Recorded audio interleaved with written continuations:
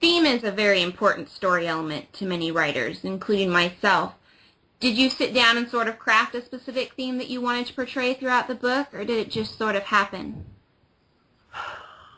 I think it really just happened. I had kind of an outline in my head, but as far as the main theme, I mean, the name of the fantasy world is Soterion, which is Greek for salvation, and so I have a very evangelistic heart, and so that I think will be the theme of a majority of the work that I do. I feel like we'll get a little bit deeper with things with Soterion and the other worlds in that dimensional galaxy, but I think that you have to. I think that salvation is a good basis to start with, and then I'm not going to get into anything doctrinal for sure. I don't. I'm not going to argue between different. Once saved, always saved, and right. Silly stuff like that people split hairs over. It's really just the gospel message that I'm trying to present. Yeah, I've heard some people say if I wanted to write about specific doctrines, I would have written a thesis as opposed to fiction. Exactly. Right. I totally understand that. So, how would you characterize the current state of Christian speculative fiction writing and or publishing? I know I've spoken with several authors who are discouraged or frustrated with the way Christian fantasy and sci-fi is being received by the Christian community at the moment. What are your thoughts on this? I want to describe to you a conversation that I had with Dr. Bob Jones III. Okay. Bob Jones is a university in Greenville, South Carolina, and they're fundamental. I mean, I think they're non-denominational, but a lot of fundamental Baptists go there, and they don't believe in listening to Christian contemporary music. They don't allow their students to do that. They lean very right of conservative. And so, but there was a guy that I wanted to join up with my company that had a lot of experience with marketing. He does marketing for the Pentagon. And so I really wanted to seek his assistance. So I spoke to him, and he's like, well, as you know, I graduated from Bob Jones, and, Dr. Bob is actually a good friend of mine. If you can get him to endorse your company, then I'll go ahead and join up. And this was very intimidating.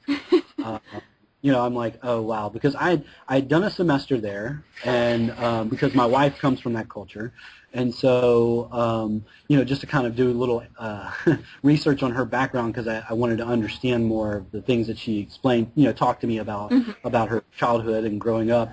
So anyway, I really liked it. I thought it was a very pleasant environment, and so, I went ahead and did this. I scheduled an appointment with Dr. Bob, and I sat down with him, and the conversation was very pleasant. I showed him some of the artwork, and he's like, wow, this is amazing. He said, I cannot believe that you've gotten people to do this for pay after profits, this kind of work. And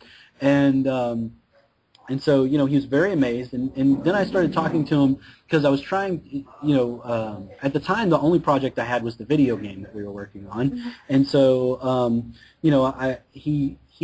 he's like, well, I don't really know much about video games, so I don't feel like I can really necessarily endorse a video game. He said, but just give me an idea of what you guys are trying to do.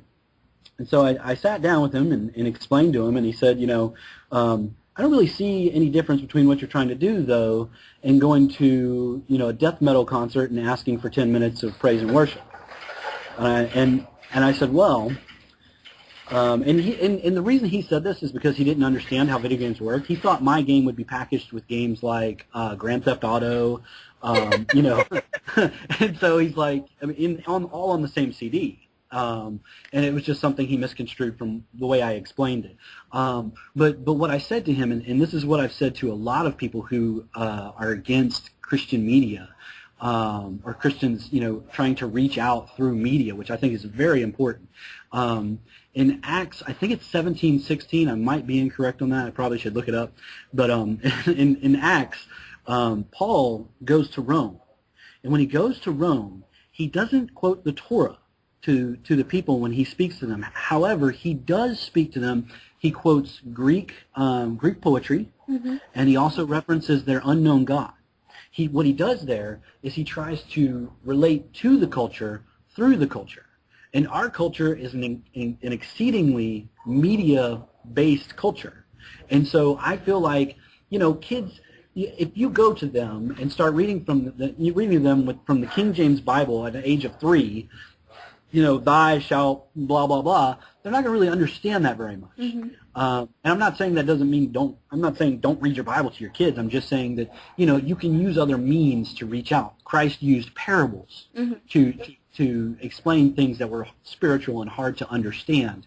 And so I think fantasy is a great way to reach people through parables, through a parabolic means, kind of like what C.S. Lewis did. Anyway, so I explained this.